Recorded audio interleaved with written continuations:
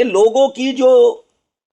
साधना में रुचि का खंडन होने के कारण है वो ये है कि कहीं ना कहीं जो हमारे प्राचीन ग्रंथ थे उनको मथुरा के अंदर आग लग गई थी, जला दिया गया था। तो उसके बाद जो चीजें हमारे सामने हैं वो कहीं ना कहीं वो भ्रम पैदा करती हैं। जैसे हम ब्रह्मा पुराण पढ़े तो ब्रह्मा जी सब कुछ है, शिव पुराण पढ़े तो ब्रह्मा जी पुराण का शिव पुराण में खंडन है, फिर विष्णु पुराण का उसमें खंडन है, तो एक दूसरे का खंडन है, तो व्यक्ति धर्म के प्रति कंफ्यूज हो जाता है। जी, तो सिंपल सी बात उसको एक रखनी चाहिए कि उस परमपिता परमात्मा की, देखिए जो परमात्मा है उसका कोई रूप नहीं है, वो निराकार है, उसका कोई आकार नहीं है, वो एक ज्योत है। व्यक्ति को उस परमपिता परमात्मा की ज्योति के दर्शन करते हुए, क्योंकि ये तो हमारे काल्पनिक रूप हैं कि भगवान शंकर ऐसे थे, मां काली ऐसे थी, ये काल्पनिक रूप हैं, उसका कोई रूप नहीं, उसका कोई आकार नहीं, वो निराकार है। ब्रह्म कुमारी आश्रम से मेरा बड़ा पुराना नाता है, क्योंकि पटियाला काली मंदिर जो है वहां 40 साल से लगातार जब भी माई के नवरात्रे होते हैं ये अपनी पूरी की पूरी प्रचार की सामग्री लेकर वहां पे अपना लगाते हैं सारा शिविर जी। तो बहुत सालों से लगातार बात चलती थी, बहुत बार मेरा आने का कार्यक्रम बना, लेकिन ये भी कहीं ना कहीं मैं बचपन से 8 साल से मां काली का उपासक हूं,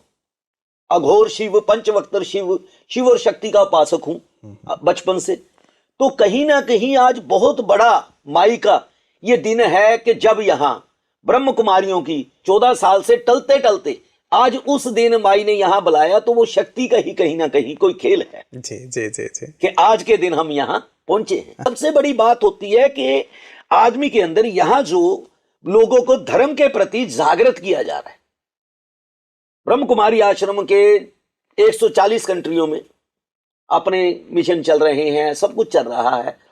उस पे सारे का सारा जो कार्य है वो धर्म के लिए है जी। और वो परमार्थ के लिए है। सबसे बड़ी बात वो परमार्थ के लिए है, मतलब उनका अपना, हर आदमी का एक टारगेट होता है, एक व्यापारी का टारगेट होता है, आजकल कुछ मिशन चले उनका अपना एक टारगेट है, धर्म को व्यापारकरण कर दिया, लेकिन यहां कोई व्यापारकरण नहीं है,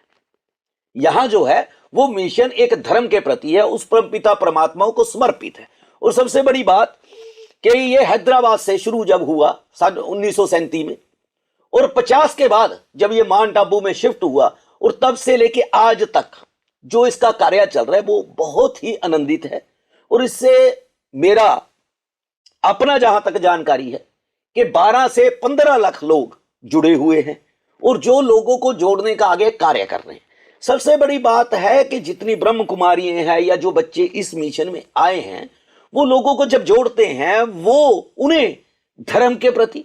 और अपने शरीर में कुंडली जागृत कैसे होगी और उसे परमात्मा की उस ज्योति के दर्शन कैसे होंगे,